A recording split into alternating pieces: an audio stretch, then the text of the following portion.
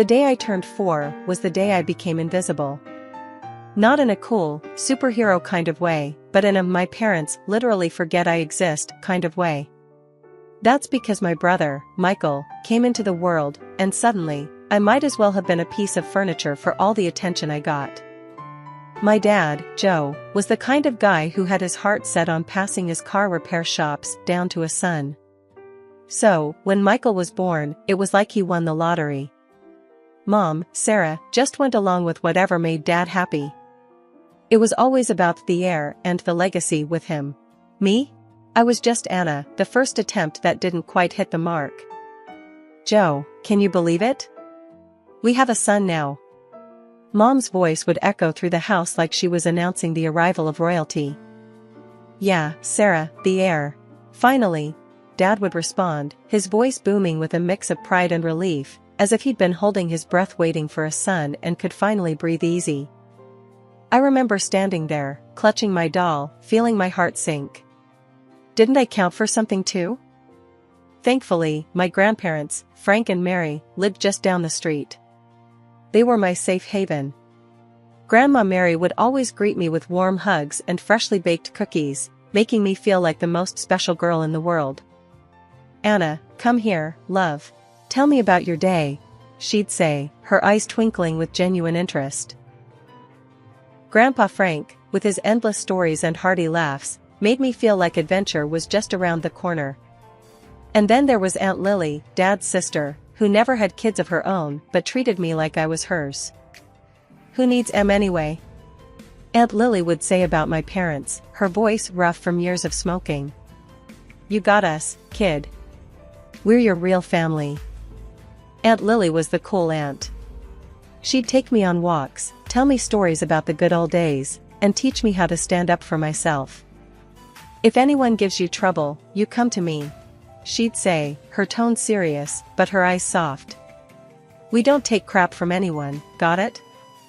Got it, I'd reply, feeling a mix of comfort and confidence wash over me. Life went on like this for a while. At home, I was the ghost girl, tiptoeing around a brother who was showered with all the love and attention a kid could want.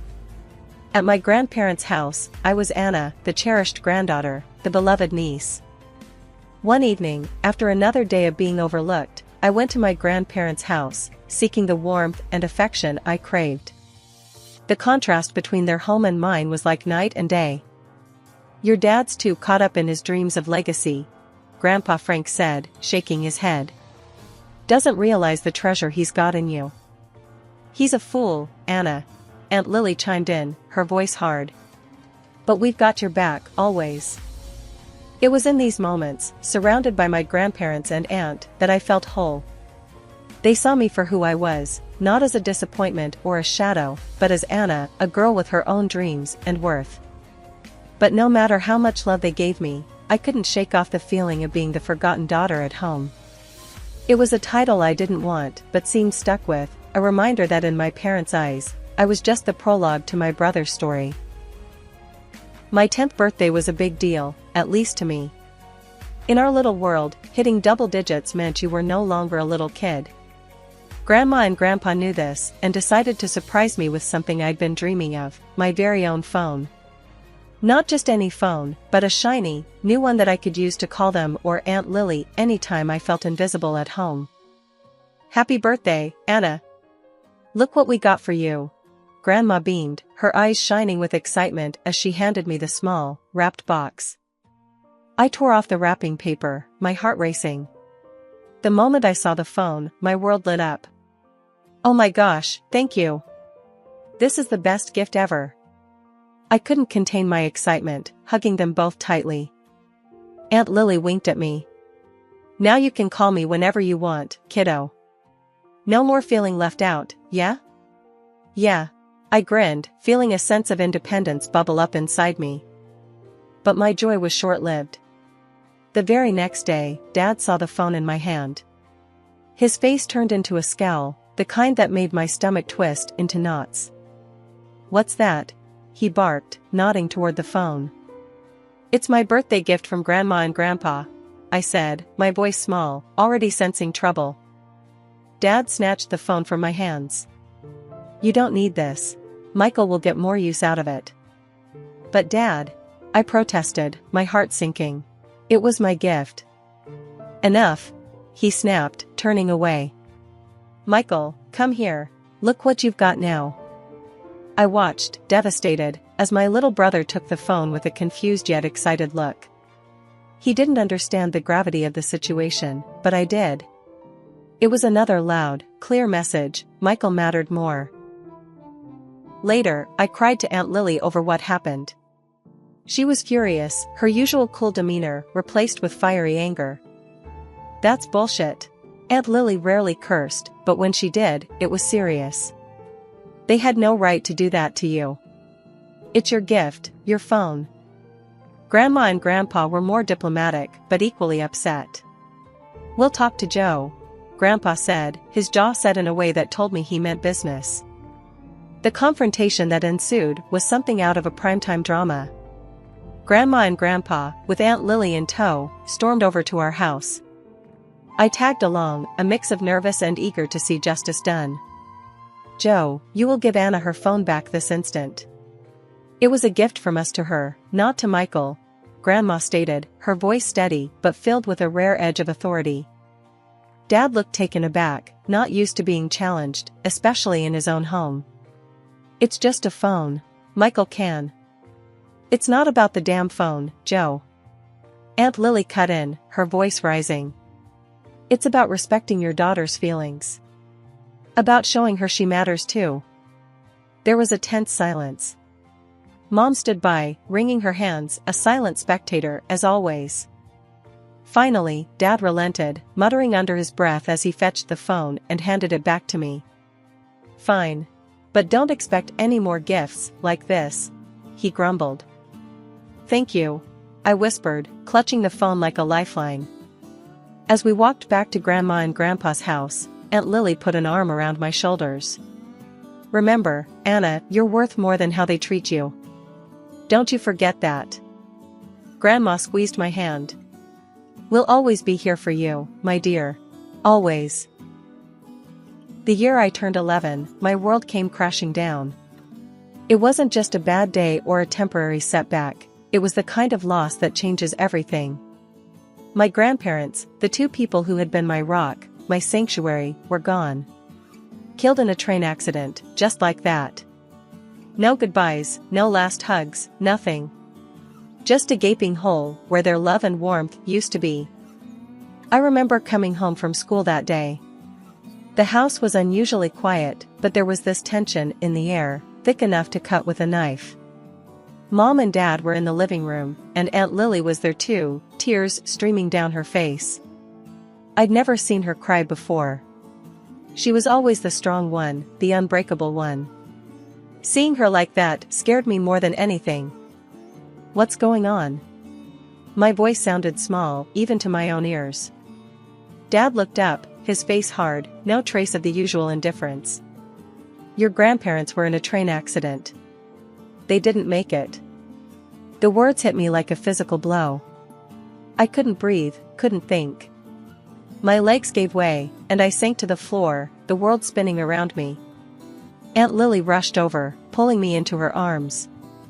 It's going to be okay, Anna. We'll get through this together, she whispered, but her voice cracked, betraying her own despair.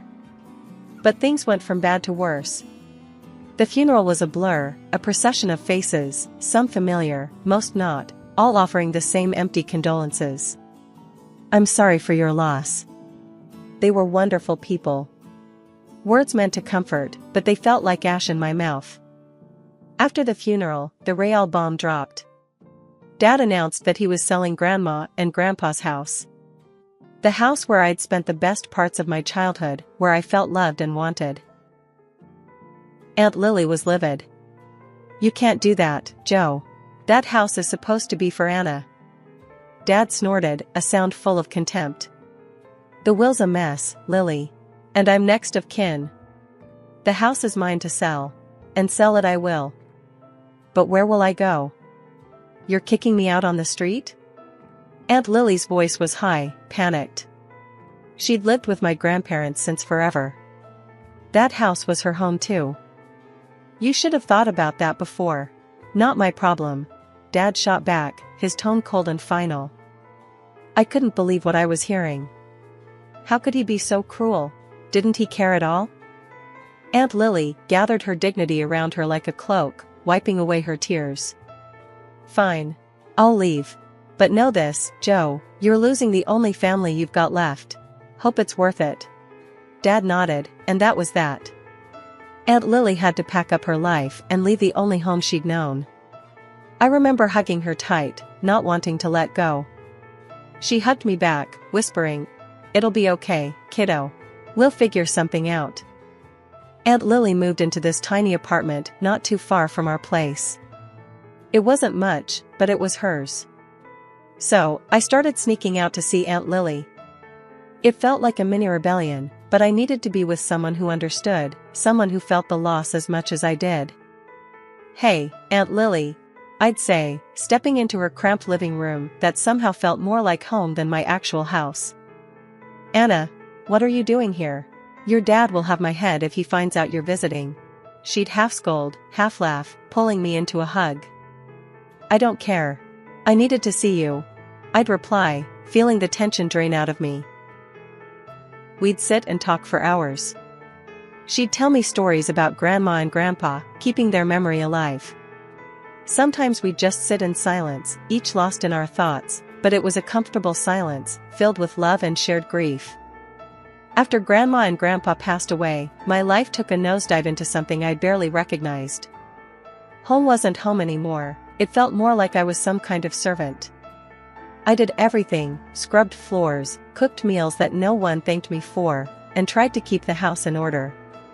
It was exhausting, and all the while, I felt this heavy ache for the family I lost, the warmth that used to greet me every day after school.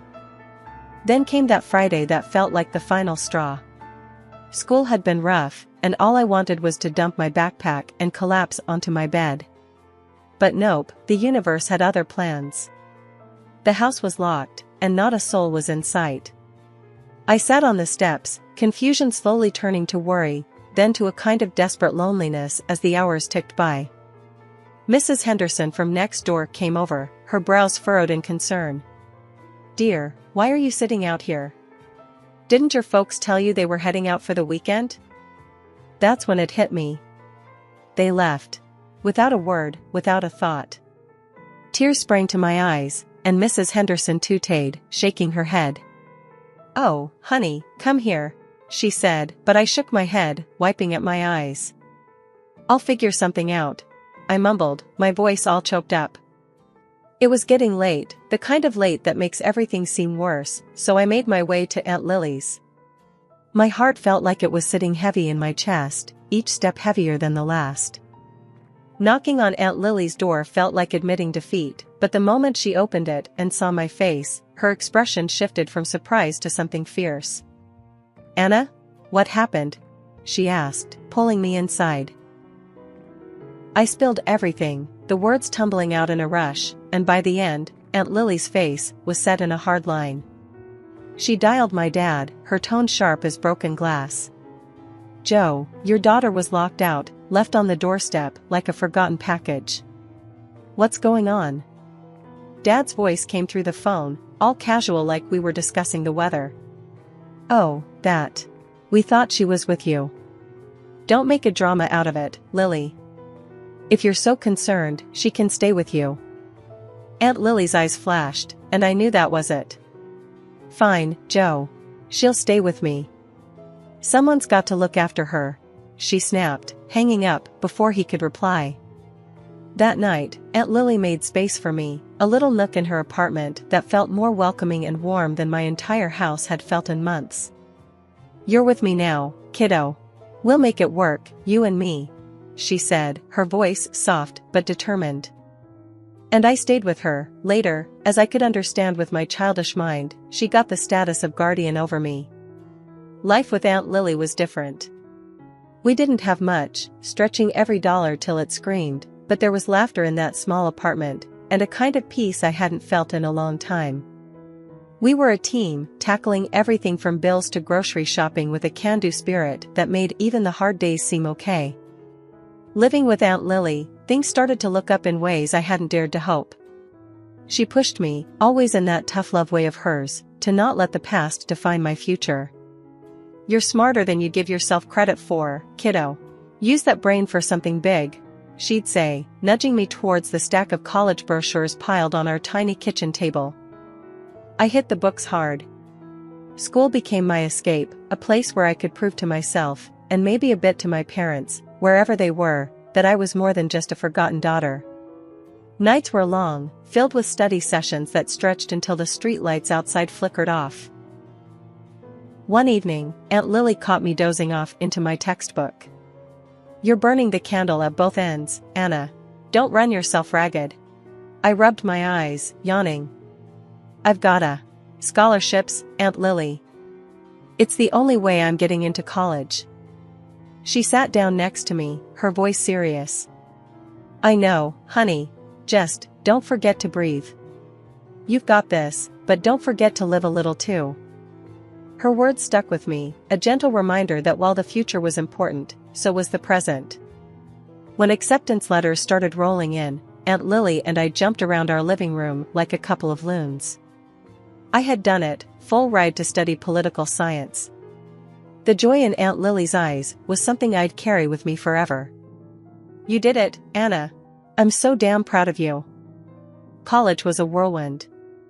Between classes, I snagged a part-time job and applied for every scholarship under the sun.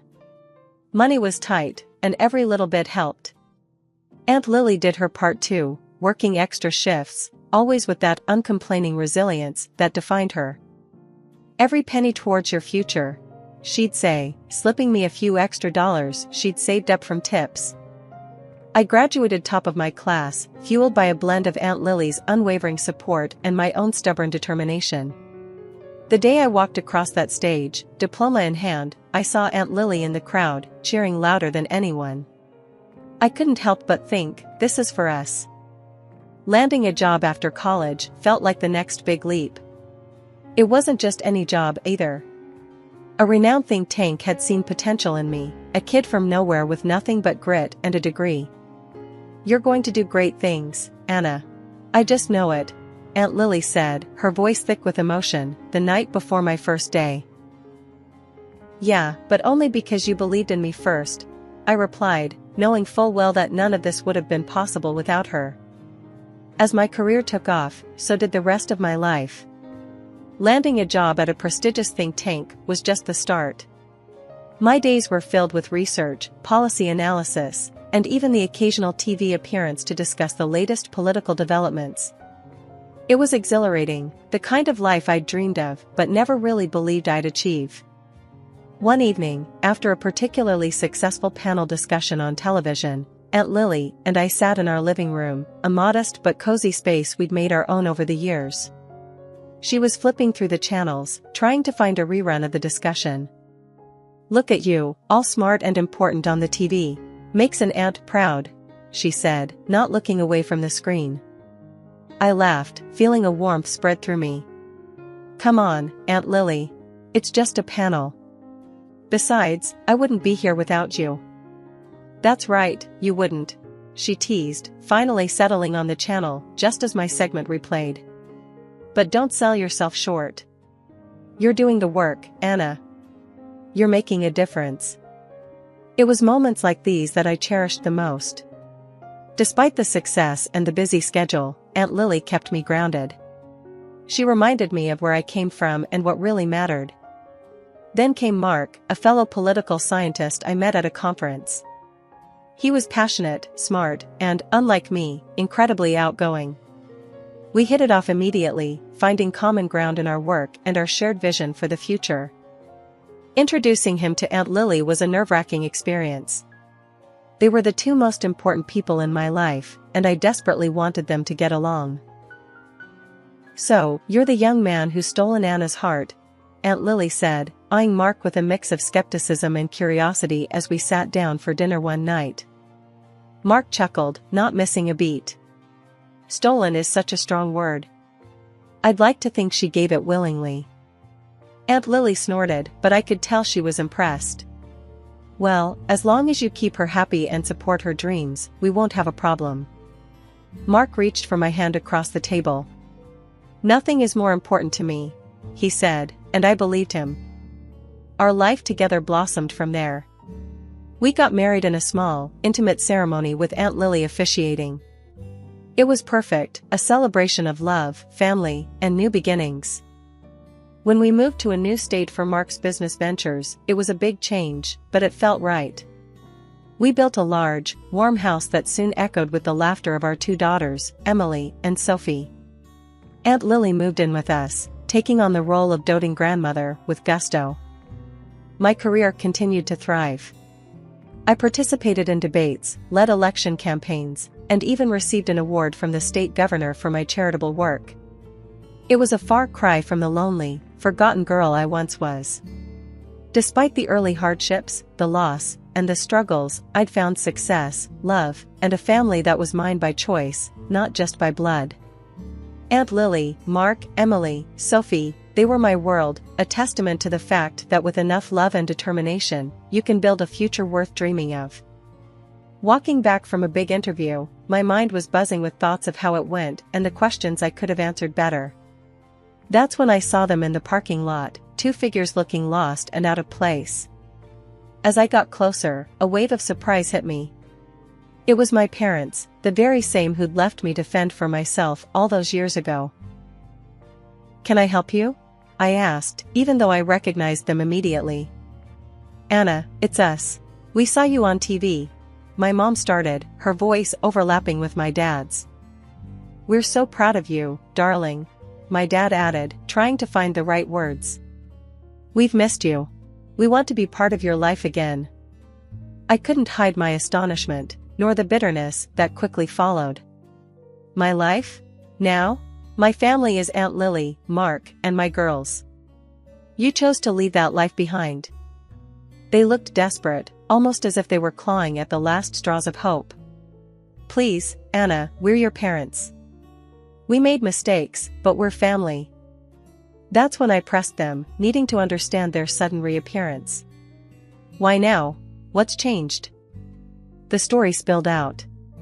My brother, chasing his musical dreams over the path they had chosen for him, leaving them to face their crumbling world alone. My father's neglect of the business leading to its downfall, my mother's lack of work experience leaving them without a safety net. Their house, once a symbol of their future, now on the market with nowhere else to turn. Listening to them, I felt a mix of emotions. There was a part of me that wanted to help, to extend the compassion I'd learned to embody through my political career. Yet, another part of me remembered the nights spent locked out, the birthdays forgotten, the milestones uncelebrated. Standing there on the street, I didn't hold back.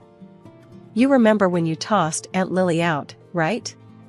Or how about the time you left me sitting on the porch, locked out of the house?" "Yeah, I haven't forgotten that," I told them, each word heavy with years of unspoken hurt.